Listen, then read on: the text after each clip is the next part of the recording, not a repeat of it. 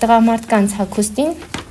հատուկ էր կաշվե գոտին, որը զարդարվում էր վերադիր արծաթյա տախտակներով, վերջիններս փորագրազարդային և սևադած բուսանախշերով, շալվարն ուներ երկու տարբերակ, այն կարվում էր տեղական տնայնագործական շալից և մատչելի էր բոլորին, չուխան տարածված էր երկու տարբերակով, տեղական կամ գյար, իսկ երկրորդը չերքեզի, որը նաև իմիջիայլոց մեզ մոտ է ցուցադրված, այդ վրայի վերնահագուստը երկար, հենց չերքեզն է և դրա վրա նաև կրծքազարդեր եք տեսնում դուք, այդ կրծքազարդերը հենց այդ վերնահագուստի համար նախատեսված զարդերն էին, դրա վրա նաև տեսնում ենք արծաթյա գոտի,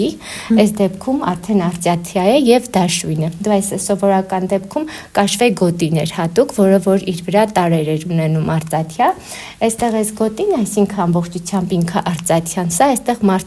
տղամարդու պատկանելությունն էր հասարակության մեջ շեշտում, որովհետև գոտին առանձնահատուկ կարևոր դեր ուներ և գոտուց շատ բան կարելի էր կռահել, այսինքն նմանատիպ գոտով մարդ եթե հանդիպեինք, արդեն կարող էինք հասկանալ, որ տվյալ հասարակության մեջ բարձր դիրք, հարուստ և միգուցե նաև պաշտոն ունեցող մեծատոհմիկ անձնավորություն էր մեր առջև։